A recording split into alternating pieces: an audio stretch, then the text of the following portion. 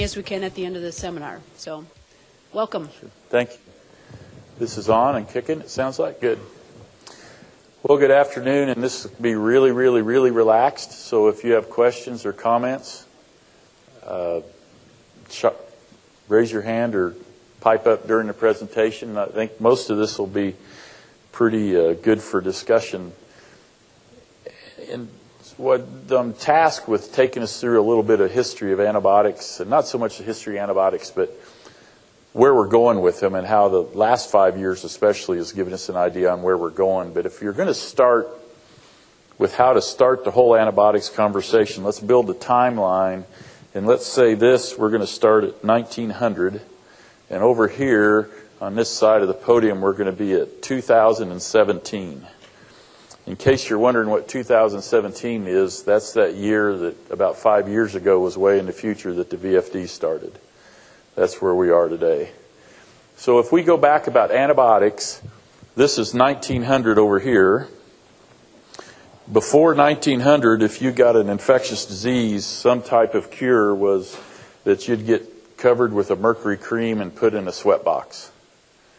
That was our level of sophistication. And in 1910, we got our first antibiotic that was actually it would be an antimicrobial because it wasn't produced by a living organism. It was an arsenic derivative in Paul Ehrlich's lab, and he got the Nobel Prize for this. And it was an arsenic that just tried to kill the bacteria before it got you. It was called the arsenic that cures. And then in 1912, we had a major advance. We got another one that was less toxic. So in 1912, your choice was an arsenic compound if you got an infection. 1935, the sulfas came along. 1928, you remember Alexander Fleming discovered penicillin, but you kind of put that on hold. We got the sulfas from the German dye industry. And in 42, really set the stage for the modern antibiotic era, and that was the first domestic use of penicillin on patients from a nightclub fire, burned victims from a nightclub fire in Boston. That was the first domestic use of penicillin.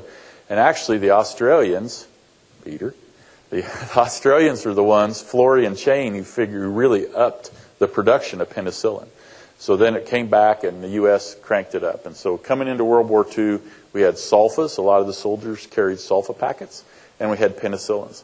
So you come along, and in 48, we had the first tetracyclines, which was actually Chlortet, was the first tetracycline discovered, isolated. We came into the 50s, 60s, and 70s, and the vast majority of our groups we have today came along in the 50s, 60s, and 70s. About 85, there were two noted statements in the mid-80s that I'll always remember. One was from the CEO of IBM, who said that the worldwide market for the personal computer was 6 units. Another statement made during the mid-80s was that the war against infectious disease was won. We could move on to other things. We had conquered infectious disease. You can look back now and see in the human literature that whenever a new human antibiotic was released, 7-8 years later, the first reports of antibiotic resistance in the major pathogens being treated came into the press. Just like clockwork, 5 to 7 years. It came along. As a matter of fact, when Florey and Chain were working out the mass production of penicillin in Australia, they all of a sudden had a real reduction in yield. And they found that what was happening was there was an E. coli that was living in the fungal culture that was producing the penicillin that could live in that concentration of penicillin. So antibiotic resistance has been with us for a long time. You can go back and isolate bacteria from caves, from cores in the ice pack, from mummified people, creatures, and find resistance genes. So resistance is a natural thing. What's been done with it isn't. So resistance is real, and we are selecting for resistant organisms to some degree, and we're going to get into some questions with that. The last time we got a new antibiotic group that was approved for use in either people or animals, so these are all in humans first, was when do you think that was? When we got the last new antibiotic group that we use today in food animal medicine, food animal production. I'll give you a hint.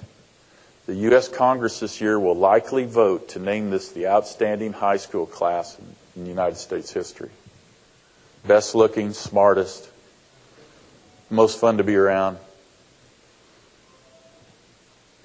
Be careful now. 1978, all right? 1978 was the year, and that was the fluoroquinolones, when we got the first fluoroquinolone out for human use. All right? Since then, all of the new antibiotics we've gotten for use in food animals in veterinary medicine have been modifications of those groups. There were some new groups in 2000 and 2003 for human use. We're not allowed to use those in food animals, or don't. But our last new group was 39 years ago. What do you think the likelihood is that a new antibiotic group that's invented today will come into veterinary medicine first instead of going into food animals? The other thing's going to happen. So in the U.S., the pleuromutilins, Tiamulin or Denagard, those are not on a medically important list. On the World Health Organization, they are, because they've developed some closely related ones that are good against methicillin-resistant Staph aureus. So it will probably have no special information for this, but I would imagine the next time we redo that use in the U.S., that drug will move from non-medically important to medically important. It'll still be there and be able to use, but now it's got a medically important category, and it would require VFD, et cetera. So a lot of things changed. So that's a very brief history of antibiotics and how we got to where we are today, where we have some organisms on the human side that we have nothing to treat with, even colistin now becoming resistant to. So on the human side, we have some very serious ones. And we'll come back to the issue of how we might be related to that. So I picked some changes that we're going through, and this one, everyone in this room by now should be well up on. If you're a veterinarian, you've written a bunch of these, or if you're a producer, you should have some or be working on getting some, and that's the Veterinary Feed Directive. So you're all well aware, Veterinary Feed Directive for medically important antibiotics in the feed is required. Prescription for essentially all water uses. There's some that aren't medically important that you wouldn't have to, but a vast majority of them are. So veterinarians are not only going to be responsible for it, we're starting to figure out we're accountable too. So the veterinary profession has unwillingly stepped into the breach to be the lead people in stewardship. And I say unwillingly. There really wasn't a 1,000 vet trucks that circled the mall in Washington, D.C. with signs demanding a veterinary feed directive. We haven't taken it on as a professional responsibility, but it was put out there as a way to make sure that veterinarians were partnering with producers in veterinary stewardship, and we'll talk about that, of antibiotics. So here's the checklist your vet's working through with you. Do I have a valid VCPR? Okay. You're going to have a relationship with a veterinarian to do that. Is there a reason to use it, or is it just habit? We're going to look at some drug use sales numbers here, and I'll challenge you to go back and think about that. Is it legal? I think everyone in here should also be well aware that there's absolutely no extra label use of in-feed VFD drugs or any in-feed drug. Is it effective? You know, we go back to some of these drugs that are labeled a long time ago. Do we have evidence that it's still effective today? Are there any residue issues to consider, and are there any issues with antibiotic resistance, with which a lot of people are going to say, I can't imagine myself going through that top checklist and then say, you know what, I don't think I want to use this because it could select for resistant organisms, even though it could give me an economic or animal health and welfare benefit now. I'm just telling you that this is going to become more and more of an issue as we go forward considering that.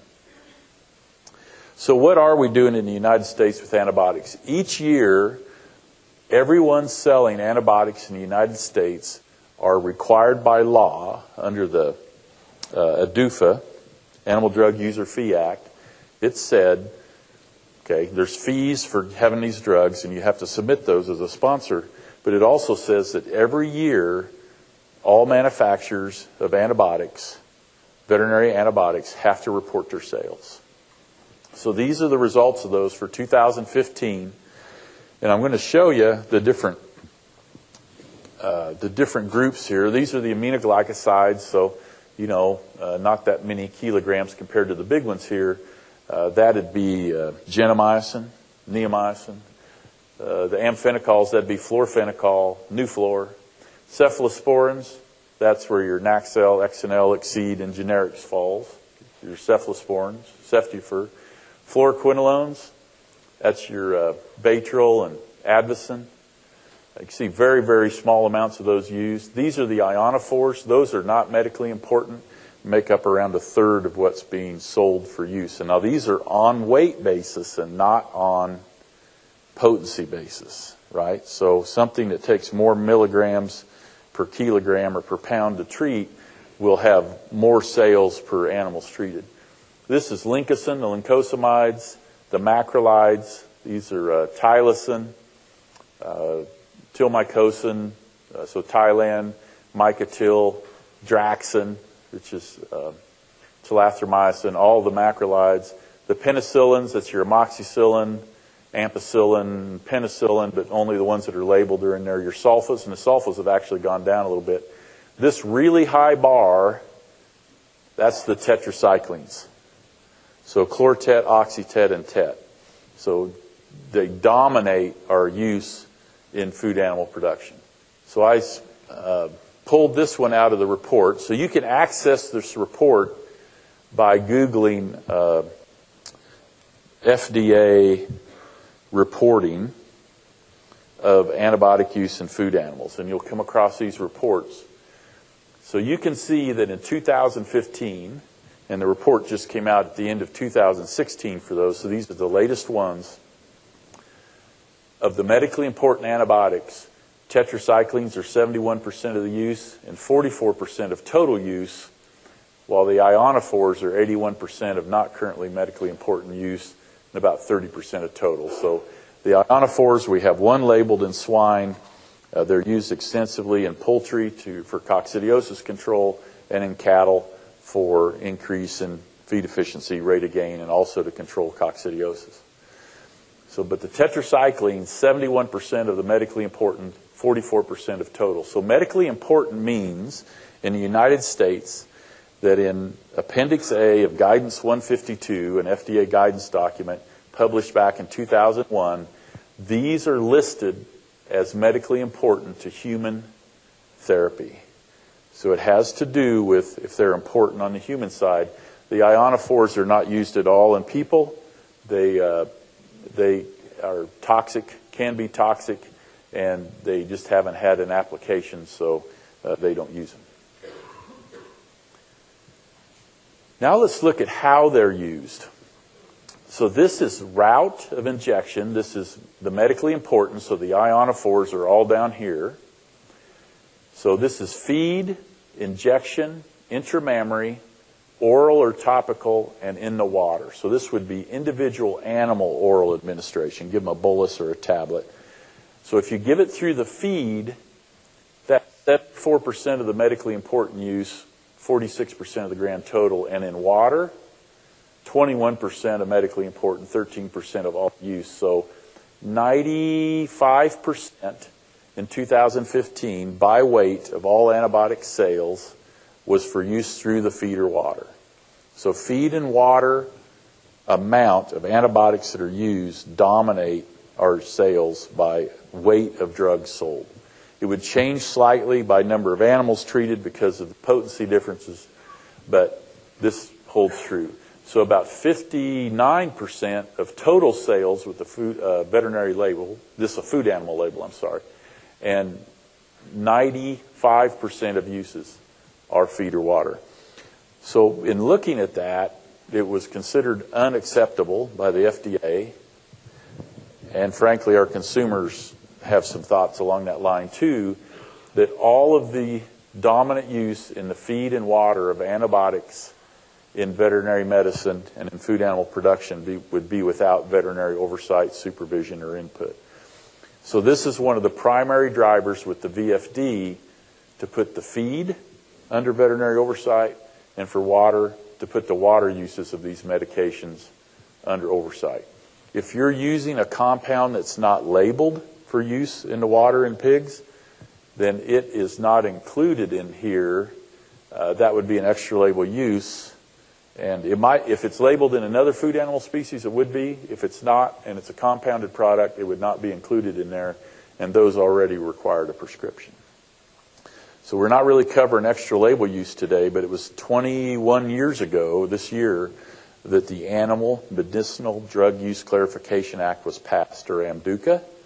And the regulations, it was actually passed in 2004, or 1994, and in 1996 was when the regulations were published, that allowed your veterinarian to prescribe extra label use legally, but extra label use in the feed has never been legal. It's always been illegal to use anything other than labeled in the feed, including combinations, and now the veterinarian is in on authorizing the uses through the Veterinary Feed Directive. So a huge change. There are still some of the injectables, a few orals that are over the counter. So at your local feed store or farm supply, you'll see the long-acting oxytetracyclines or a penicillin G, Pen G, and those you can still buy over the counter. So true or false, if you inject a pig with penicillin G, you need a prescription to do that. It's your first quiz. Is it true or false that you need to have a prescription to inject a pig with penicillin G? How many say false? How many say true? Okay, why do the ones say true? Because you can buy it over the counter. It's because you're using it in an off-label manner. You're not using it as a label dose. So the only way to legally use that is to have a prescription. And in that prescription, which can only happen with a veterinary client-patient relationship, you have to have specified the withdrawal time that's exaggerated from the veterinarian. So even though you can buy it over the counter, you have to have a prescription to use it. Right.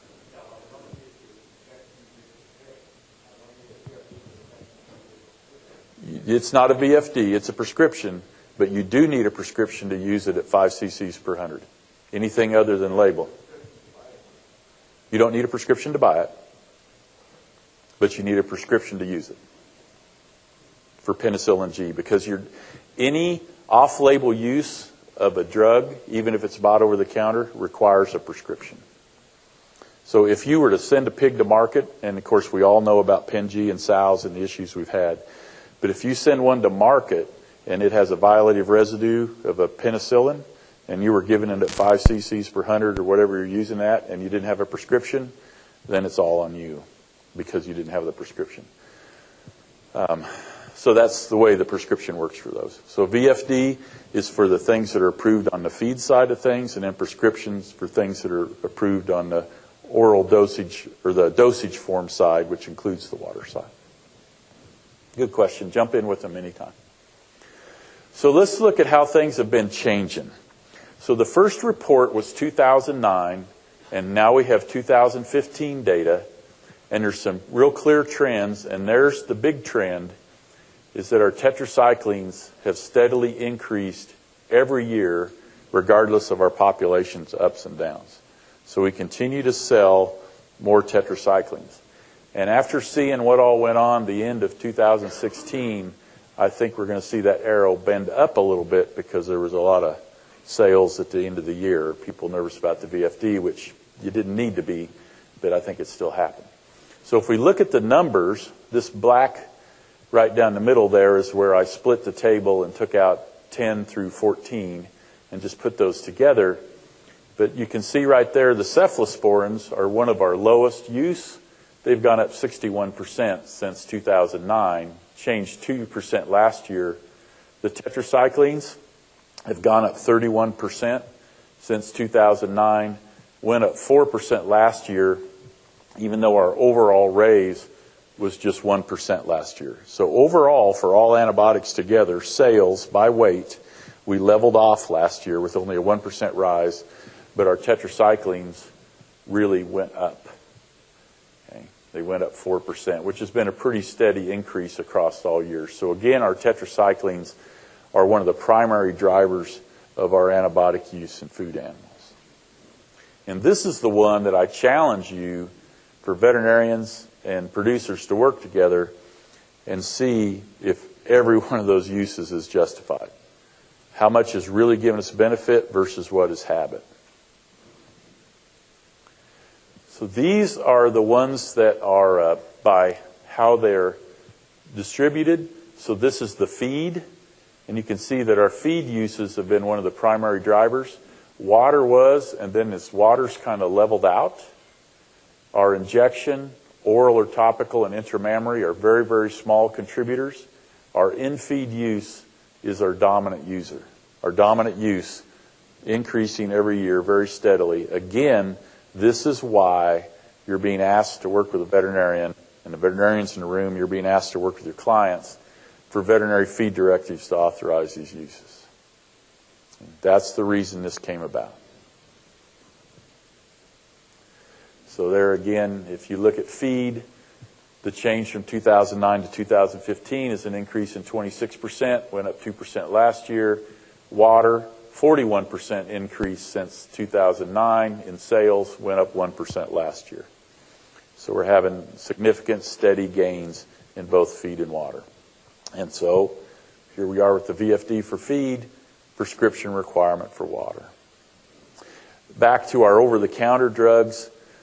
There's no timeline set, but the FDA has come out in writing finally, and they've been talking about this for several years, that they intend to address the issue of over-the-counter antibiotics, and we should expect that in some kind of timeline, certainly not 10 years, shorter than that, you would expect that all antibiotics for use in food animals especially, and probably all veterinary antibiotics will be prescription or VFD.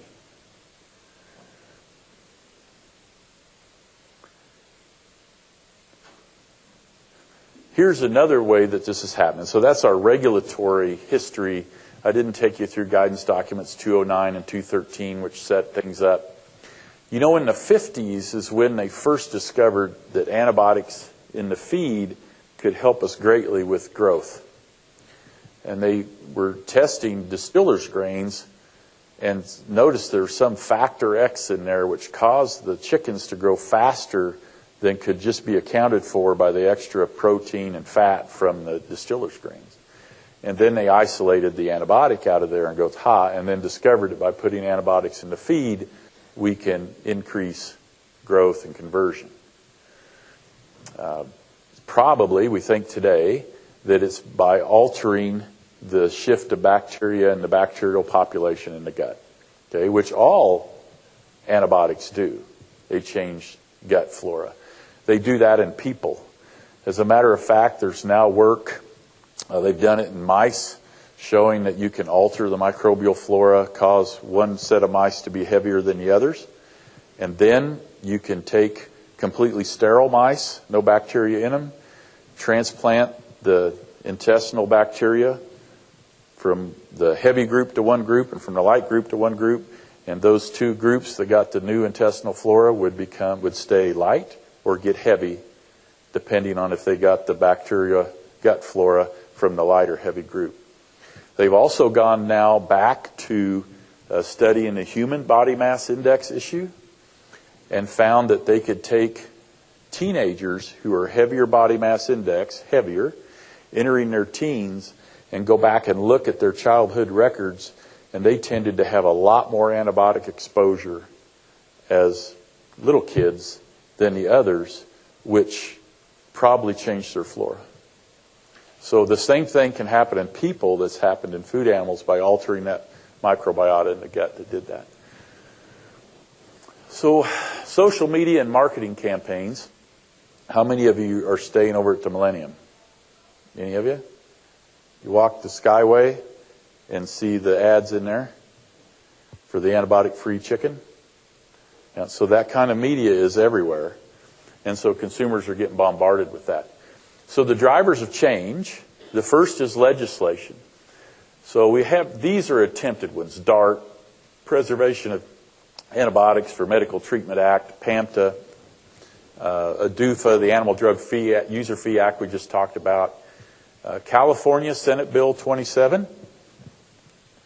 So California Senate Bill 27 mimicked quite a little bit, the guidance documents that set up the VFD, but it went a little bit further in that you can't use antibiotics for the control and prevention things is very, very much changed. There is some control uses in there, but only in certain circumstances. And then in California, they went ahead and said those over-the-counter antibiotics, the penicillins and the long-acting oxytets, those are going to be requiring veterinary authorization now. So they are also requiring antibiotic use reporting. So we're going to end up with antibiotic use reporting in this country. I'm of the opinion that it very much needs to be driven by our production groups, our production industry, so we get benefits back from it and decide how it's going to look. So there's some projects out there that are funded by the FDA that have started. There's some others in the room that are part of that, and I'm part of that effort also. So the other thing to take home from that California bill is that if you're to look on where legislation might occur that would change how or if we can use antibiotics for certain purposes in a state, it's probably going to be at the state level.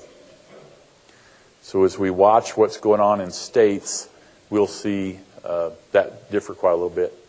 And so then there's regulation.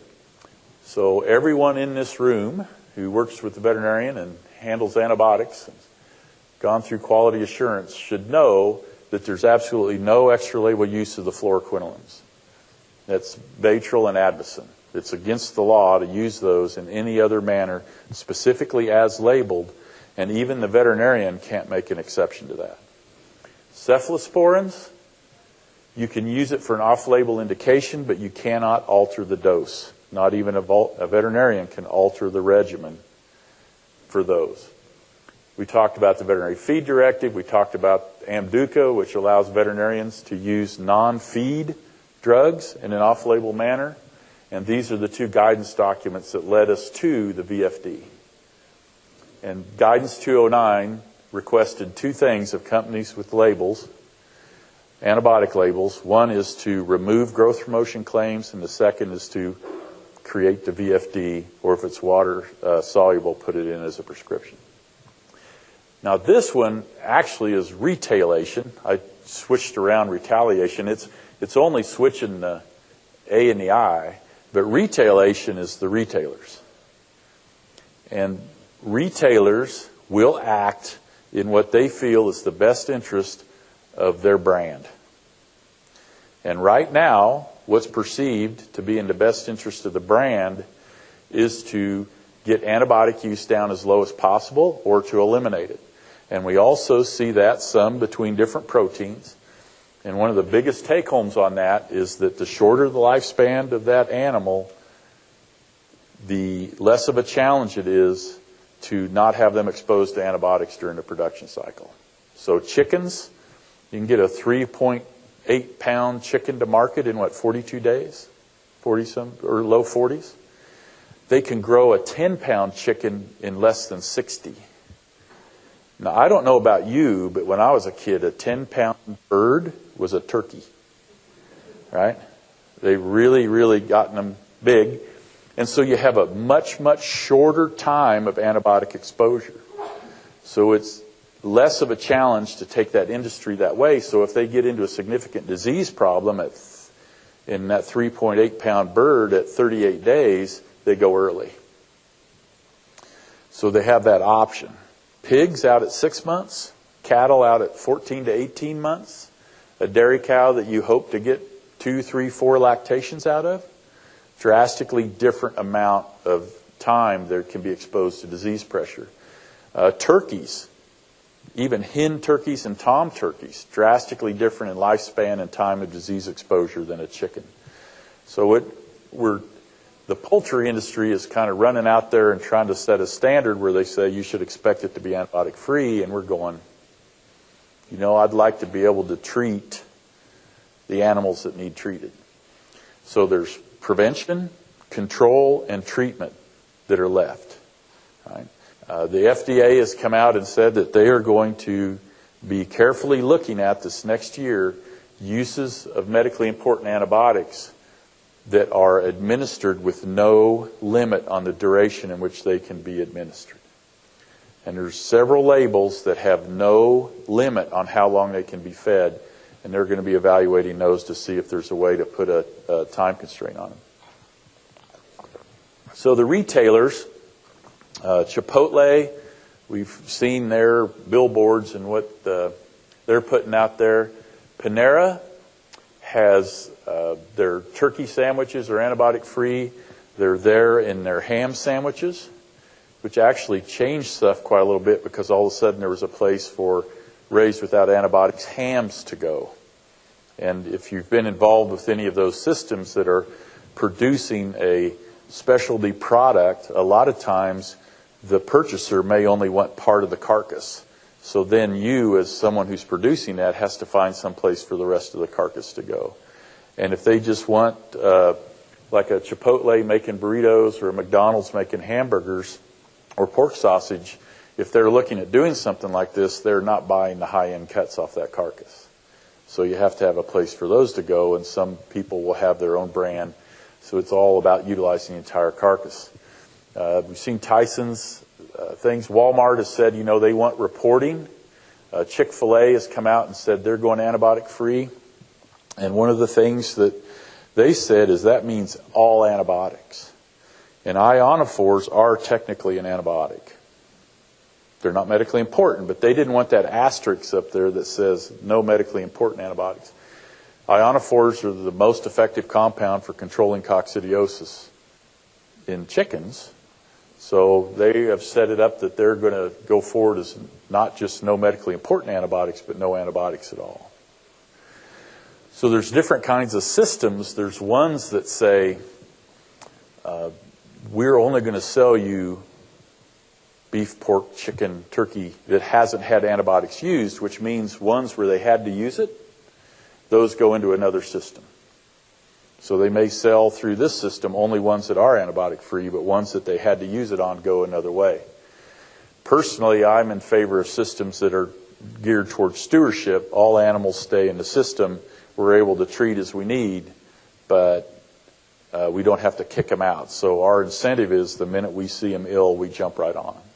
And there's all kinds of different systems being bannered around, but it really comes down to brand promotion, brand protection.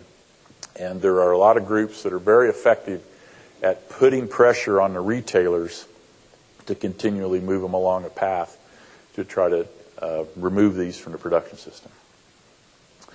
So this is a political theory by a gentleman named Overton, and it is how major changes in policy and thought move through a population, move through a country.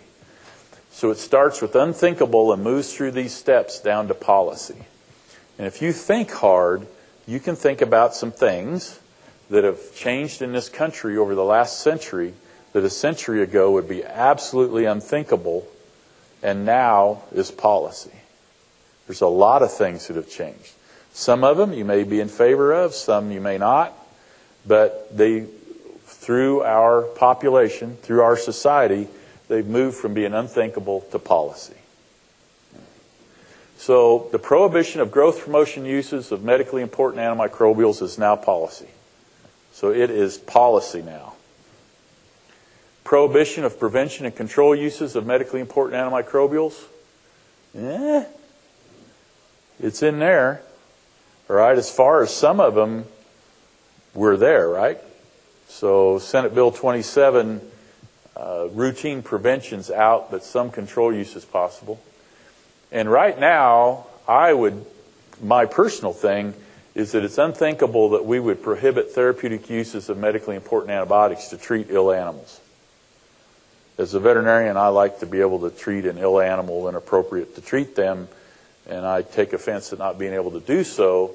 But is there a place where that's actually policy?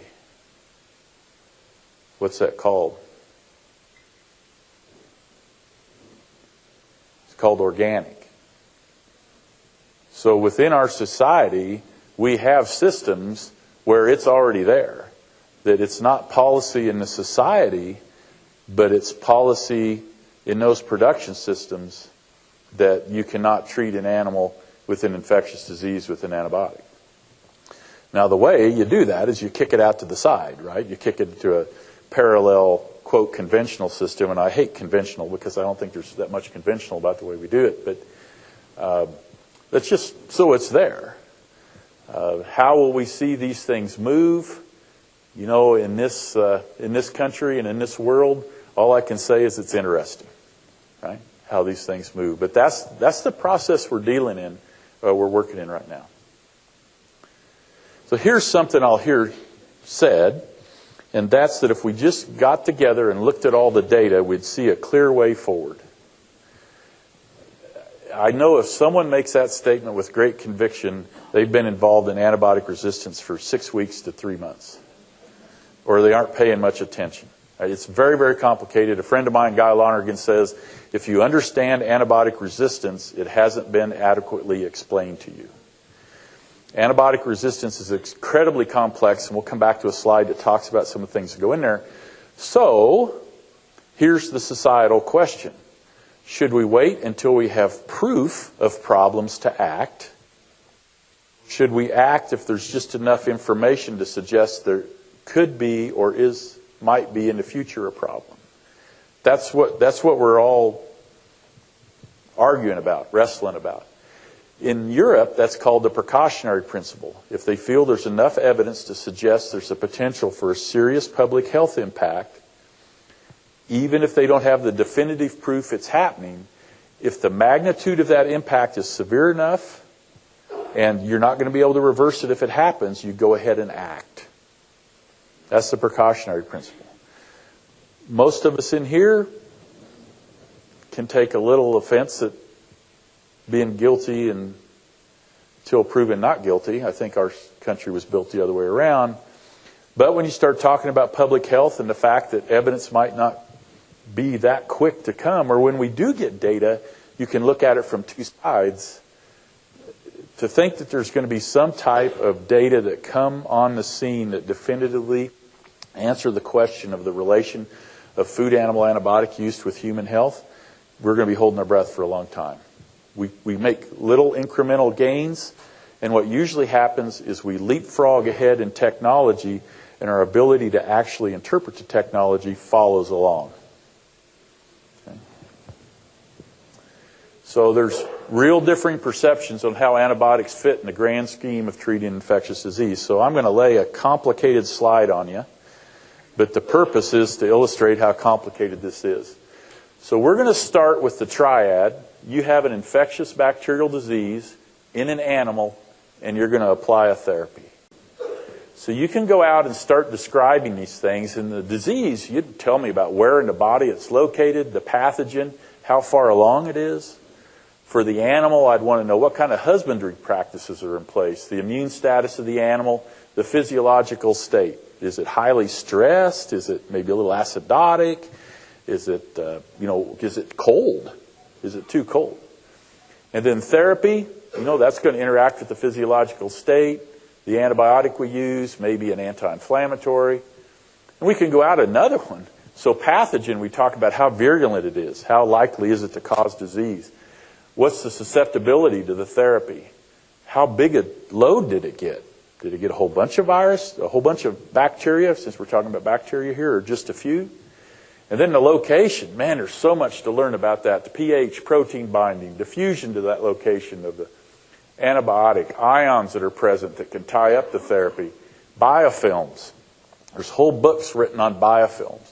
Biofilms are where the bacteria get together and build kind of a little slime layer.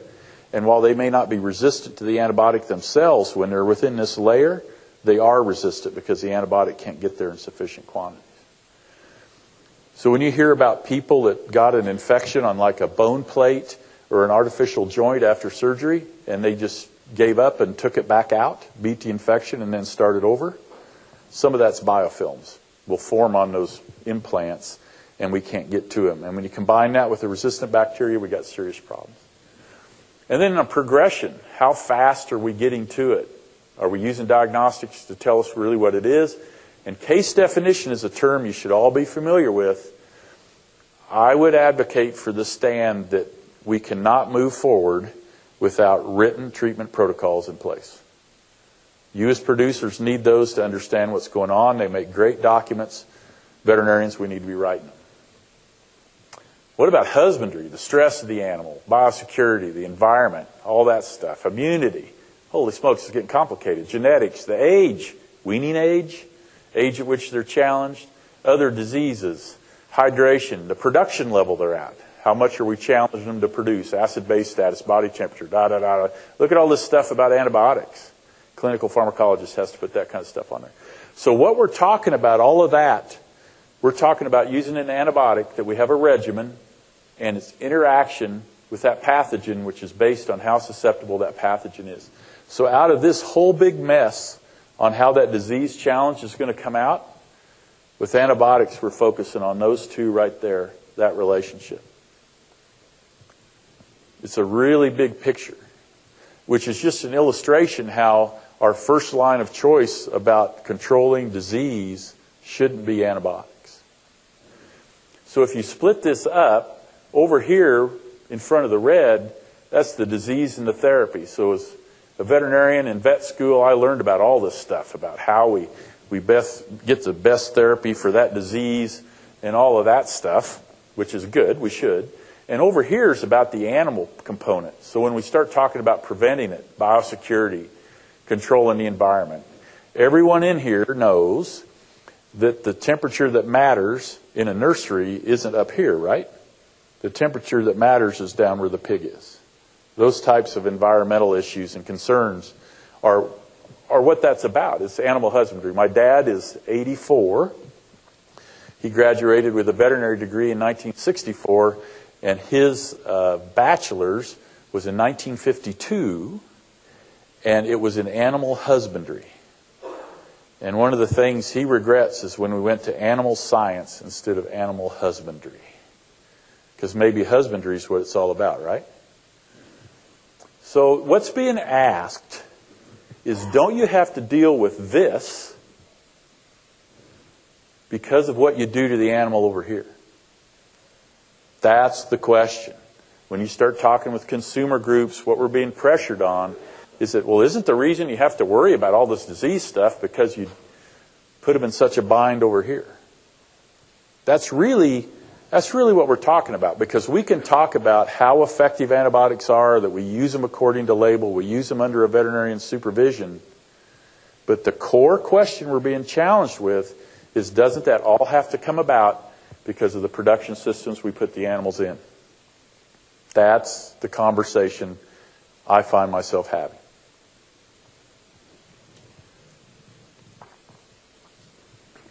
We're going to continue to have new tools to evaluate the relationship between food-animal antibiotic use and antibiotic resistance in human medicine. So, do we contribute to human resistance? So, this is a bag of fluids with vancomycin in it, hanging up when my son was in the hospital with a real serious invasive MRSA infection, methicillin-resistant Staph aureus. You can imagine that the doctor and I had some great conversations. They were great conversations. So anyway, Kyle, it turned out well. We kept both him and his leg, and he's back a junior in college and doing great. So antibiotics contribute to another happy outcome. Our goal should be that both our animals and the people, we continue that. How long ago did we get our last antibiotic group for food animals? 78, yeah. Yeah. So we've got refinements of those groups, but it's not like we're going to have a new group come along and just go, oh, this takes care of all the resistance issues. We're fine. So these are 18 different organisms from the CDC report on what our big challenges are. Keep track of, there's Campylobacter and non-typhoidal salmonella, 410,000 cases, about 68 deaths. These others that aren't highlighted, I would challenge anybody to give me a direct link there, or any even realistic indirect link.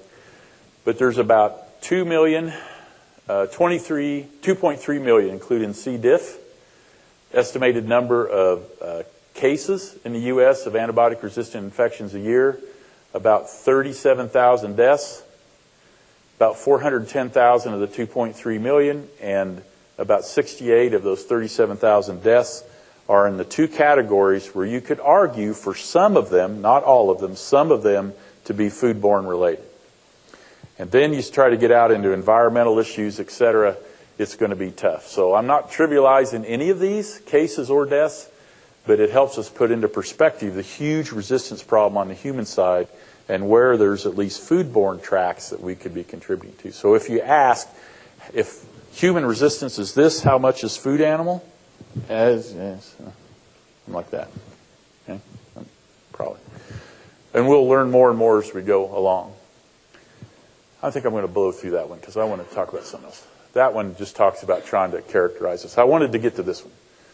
So there is an expectation of stewardship in the use of antibiotics in any species, including humans.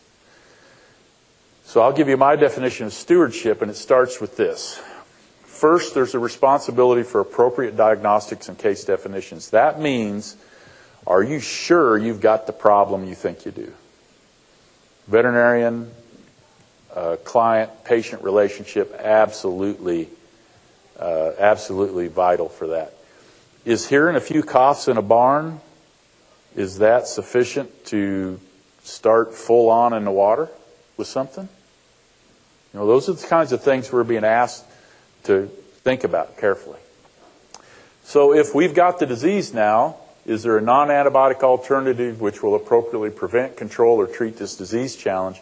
This includes all the animal husbandry things, all the management things, barn design, pig flow, nutrition, weaning age, genetics, everything you do to try to prevent those. We're being asked that this is our first step. If not, can we select an antibiotic which is demonstrated to be safe and effective, while assuring use of the antibiotic is shown to be safe and effective?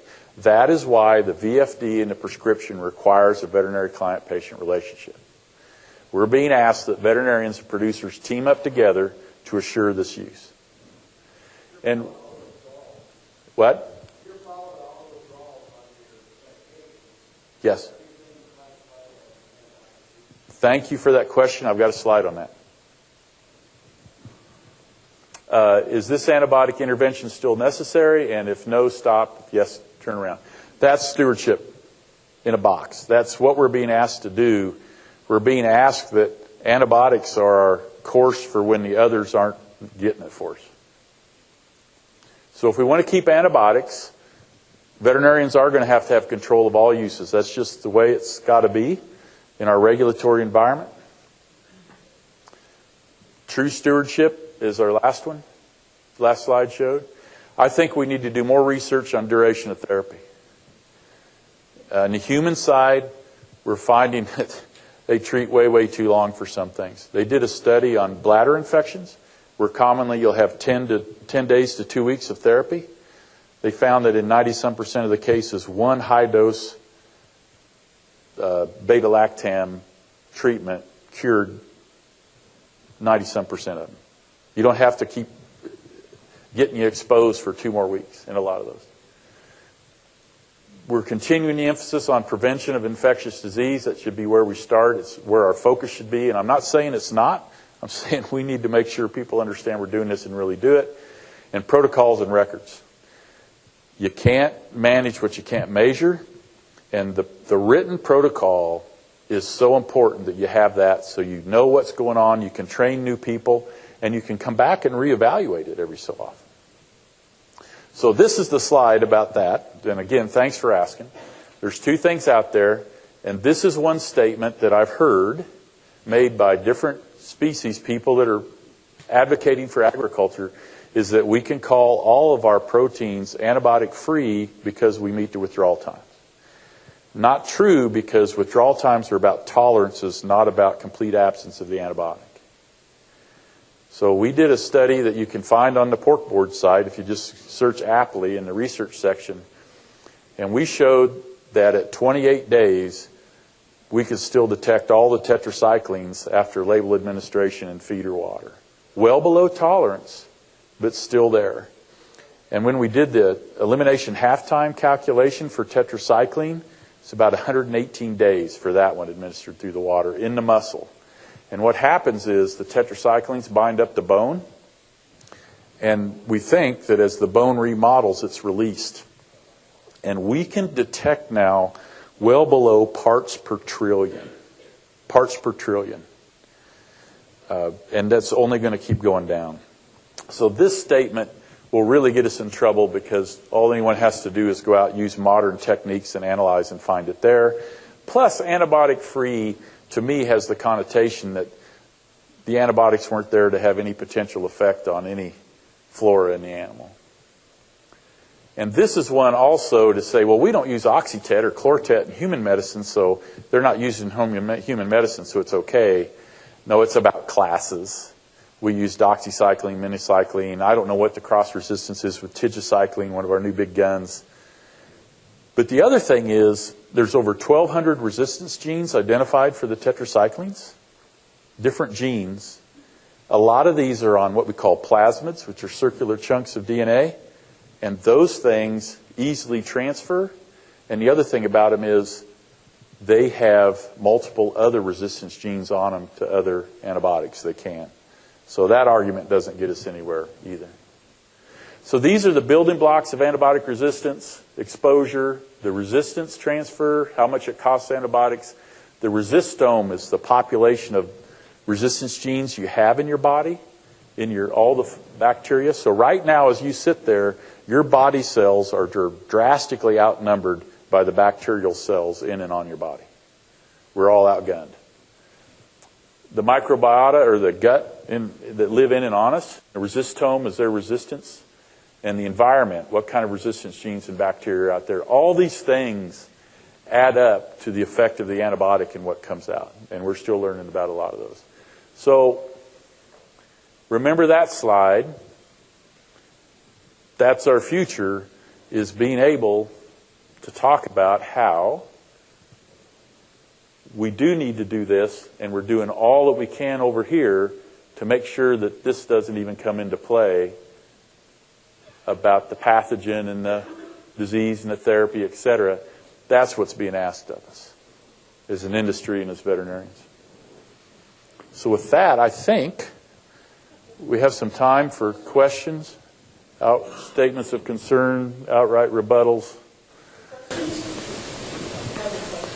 Maybe someone wants to know something.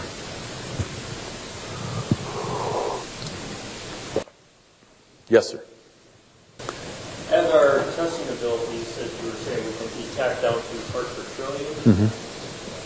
So we can detect that, and that will continue to improve whatever's beyond a billion. Does that, because we find it, does that mean it's an issue? Right. So the question was, since we can detect them at that low level, does it mean it's an issue? Probably not. But it's there for those who want to say. It's there, yeah. So saying that it's antibiotic free, we can't. So the way a tolerance is set up is there are safety factors involved in coming up with a tolerance and then a withdrawal time that make it so that you could have the amount, that tolerance, you could eat that amount of drug every day, and the concentration is based off expected consumption. You could eat that amount every day for your life, and there's a huge safety factor against any direct toxic effects of that drug. Those are all set on drug toxicity. They're not set on the fact that we might not alter your gut flora resistance or something like that. There's only a few recent drugs that have had that type of evaluation done on it. Yes, sir. Is there any products or the process that eliminate the drugs process of the product? That do what to the drugs? It would process or not in any way that eliminates some of the antibiotic issues. Are there any processes that eliminate? So you mean that would eliminate the need to have to use the antibiotics? No, eliminate Residues. Oh, residues. Oh. I'm not aware of anything that would help take the residues out. There's some things, drugs banned in racehorses that make them leave faster, like diuretics and stuff like that. But as far as something that just takes it and eliminates it, we have stuff that binds it, like if you ever are in a situation where you get blood cultures taken in a hospital, in those vials or beads that will bind the antibiotic and take it out so the bacteria can grow. But as far as anything actually in the pigs during processing to take it out, no, not that I'm aware of. Good question, no? Yes. Yes? What are some of the critical factors going forward thinking about measurement? Okay. He knows what he's asking there. So measurement is all about metrics. And the hassle with measurement is if we just come out with like, this is the amount we use this year, the only way someone would be happy is if it keeps going down. And to expect it to be, I think starting today where we are, to expect some moderation of it is not unreasonable. But you get to a point where you go, all right, in our current systems, if we start to take away these uses, we're now into real animal welfare problems. So our challenge is to produce the metrics that tell how the animals are exposed. And there's not one metric is going to solve all our needs. So just like the kilograms total dose sold or total weight sold, that gives us an idea of relative amounts sold. It doesn't tell us about why it was used, which species it was used in, how often they were exposed, for what reasons, how many animals were, and how long they were exposed for. And all those things matter. So we're probably going to be looking at a combination of those types of metrics and maybe looking at just evaluating how they're going up or down. The big challenge with the antibiotic use is if the only way people are happy is saying we just want to see the numbers go down, that's maybe at the first, everyone lives with that, but when it starts getting down to where we really, really start eroding our ability to protect and take care of the health of the animals, then we're in a real problem. There's some that think if we just take them all away, then you guys have to adapt, and I don't think that's the way to do it. Yes, sir. Your slides, I believe, will all address food-producing animals. Yes. Is the issue of antibiotic resistance being addressed at all with companion animals? Primary resistance issue with companion animal pathogens, we're looking at those. The effect on humans, no. It's not really on the radar that much, but most of us don't sleep next to our food animals. And, you know, I always think of that kid that's getting licked in the face by the puppy. Well, you can fill in the rest of that thought. So, no, and it is coming higher up on the fact that they're so intimately associated every day. We and our pets are. There's data to show that methicillin-resistant Staph aureus can seamlessly transfer from people to animals and animals to people.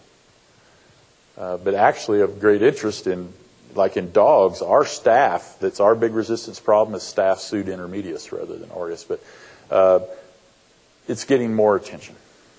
Yes, sir. So somewhat follow up on that, other uses, so I recently learned that there is some use during fermentation in ethanol production. Yeah. Number one, of the figures, the numbers that you show, are those in that or apart from that? Number two, having the resistance when we use it in other. Right, so, or like in plant agriculture, something. So the question was first, would our numbers be included in those sales of antibiotics that are used in ethanol production to take out bacterial contaminants? I couldn't tell you for sure where those are coming from. I don't think I'd want to speculate on that. The other deal is about our antibiotic uses in other areas being considered, and so yeah, antibiotic use in plant agriculture is getting a lot of attention, a lot of press. You know, fire blight, things like that. Apples, what it's being used for, and the effects of putting those antibiotics into the environment. Some pretty large quantities can go in there, so it's all being looked at. And if you want to see some of the things, there was on the environment. The Presidential Advisory Council for Combating Antibiotic-Resistant Bacteria, PACCARB, PACCARB, if you Google that, you'll come up with the website, and I have the privilege of serving on that. we put all of our public meetings up there and the sessions, and you can go watch. We had a great afternoon on the environment, about antibiotics and the environment, that anyone with an interest in that would enjoy watching. One of the things I took home from that day was, we try to digest the solids at human sewage treatment plants. The people that talked to us that day said if you wanted to build the ideal fermenter to encourage horizontal transfer of resistance genes, you'd basically design solids digesters at human sewage treatment plants. Yeah. Tyler, yeah. Europe's had stronger regulations on antibiotics. Any lessons learned from metrics or outcomes? Yeah, so the question was lessons learned from Europe. In some cases, I think there's several instances where they've shown that they've actually decreased resistance, like in enterococci in the food animals themselves, but to actually translate that, or like salmonella in Denmark, to actually translate that to a different resistance level or disease level in humans is really difficult to see. As far as the metrics, the European Union is trying to compare multiple countries and as a cross-section of the EU, and so they've been working to try to come up with standardized ways of collecting data and the denominators. And some of it's interesting what they've done. The more you try to standardize, the more you get away from actual use type data collection and get into some, like the defined daily doses. We'll say that the average weight of the animal that was treated is this, and the dose was this, so therefore we know so many milligrams of drug is a defined animal daily dose, and you do that. And as you get further and further away in there, you can follow trends up or down, but to actually get meaning on how or where it's being used kind of deflates. So, there's a lot of lessons out there and that we can learn from in the country. Yes, sir. Do you know, like, your organic swine, but their mortality and I've heard some conversations. The question was organic swine, morbidity, mortality. I wouldn't be able to give you an accurate number, no. One of the things at the last year's AASV, we had a great afternoon session on antibiotic use and had some people there that were starting, or were starting and trying to start antibiotic-free swine production and the lessons they learned. It was I think those would be in the proceedings for the veterinarians here, but some of the key things are just your disease pressure, and one of the big things was how much PRRS they were running into, and they tended to be in lower population areas with less of a pressure there. But it was very interesting that one of the key factors was selecting your flows and selecting exactly where and how you raise the pigs was a huge thing. Yeah. Yep. Yes, sir. So I'm looking more on the husbandry side. Mm-hmm. And you individuals that are running some of these committees, and I know our industry wants it to be production driven. We want to fly our own airplane, so to speak. When you talk about social media, some of your previous slides, what type of tracking are you doing on the husbandry side or the welfare side? And then can it come back to haunt you if you track that too much? Be careful what you wish for because of social media. So what are some of these organizations, especially the ones that you guys are involved in, how are you tracking that welfare? And how beneficial can it be to the pro side of using antibiotics? So the question is really about, if I was to paraphrase, about trying to balance minimizing our antibiotic use and protecting animal welfare. And that if we go too far in minimizing antibiotic use, we could have an adverse impact on welfare. So the organization, I'm a member of SV and BP and Academy of Veterinary Consultants, but I'm president-elect of the bovine practitioners, and one of the things we're doing is actually looking at sending that balance to and it may sound a little academic, but this is the way we start, of actually having a committee of veterinarians actually come up with our position statement and thoughts as veterinarians on the balance of animal welfare and the use of antibiotics. So really trying to be clear where we think we need to hold the line, saying, no, we need to be able to treat an animal with this and do that, be able to interact with disease. Treatment of an animal standing there with an actual infection, to me, that's really clear cut. As we get into control and prevention, things get muddier because that's, right side versus left side. And that's the place that I think the prevention and control is going to be our next really big area where we're going to be having this discussion about how we balance that out.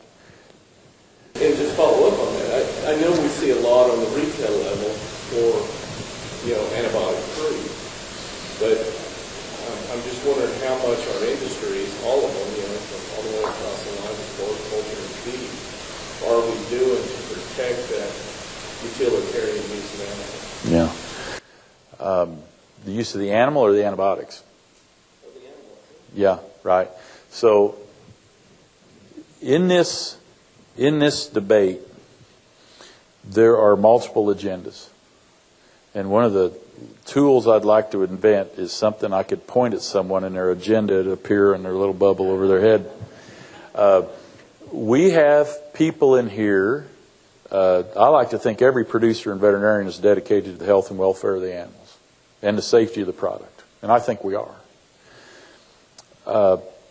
There are consumer groups that are genuinely in it because they're concerned about their safety and welfare and are concerned that our use of antibiotics could have an adverse impact on that.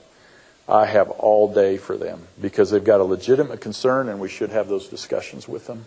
No problems. Then we have groups in there that their goal is to use this as a way to increase cost and cause us enough problems so that we go out of business. I have less time for those.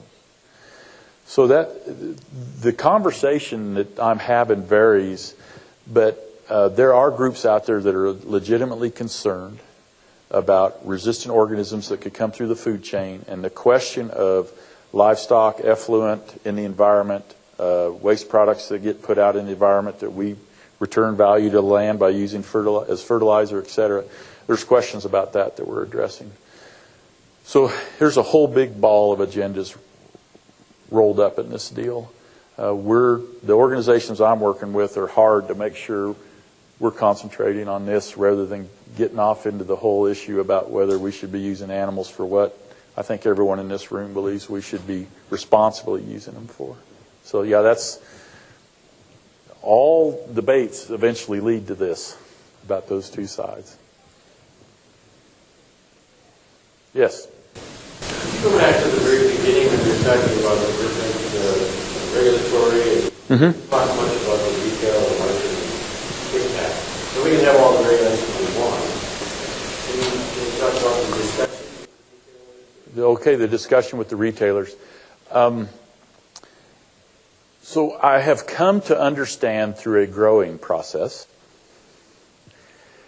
that really, if I was to point their agenda, my agenda gun at them and it lit up, that it's all about brand protection and brand promotion. Not to say that they don't have legitimate concerns about welfare or antibiotic resistance, but when it comes down to it, at the end of the day, their job is to put product across the counter or on a table. And they're viewing this issue as something that is a competitive opportunity, or they feel that their consumers, their customers are telling them this is where they want them to go. So what it comes down to is really how they can protect their brands, how they can provide the product that the consumer wants while still not being called out for sacrificing animal welfare and still keeping an adequate supply. And I think the other thing a lot of them are realizing is there's a real big difference from taking the first 10 or 15% of an industry antibiotic free and taking it 40% and taking it 50 or 60%. There's a heck of a difference. And so there's strife within those organizations. There's been some test marketings that they go, oh, that isn't really what they wanted. And some of them, I think, are continuing to discover the difference between social media and their customer. Sometimes the bashings they take on social media has very little to do with the people that are actually supporting their survival as an industry. And so there's that's kind of the discussions we've been having. Questions such as, are there ever a time where you might tell a group interacting with you that they're full of it, go away, that there's just no science to support what you're saying, and they go, it's one of those, you know how that puppy looks at you and kind of cocks their head at you? So the biggest, most important thing is to stay engaged with everyone and make sure we continually bring the facts about that. But I don't want anyone to leave here thinking that I'm saying there's no justification for the concern. There is. Antibiotic resistance is a real issue. We just need to make sure it's treated fairly. And my ideal outcome is that we have production systems where the need for prevention and control uses is very minimal, and we have every right to treat animals when they need treated with an antibiotic. All animals stay in the system and go out. I think that is our best option for animal welfare and creating a sufficient quantity of a safe and healthy food supply. And so that's why I stay in it, to try to bring us to there.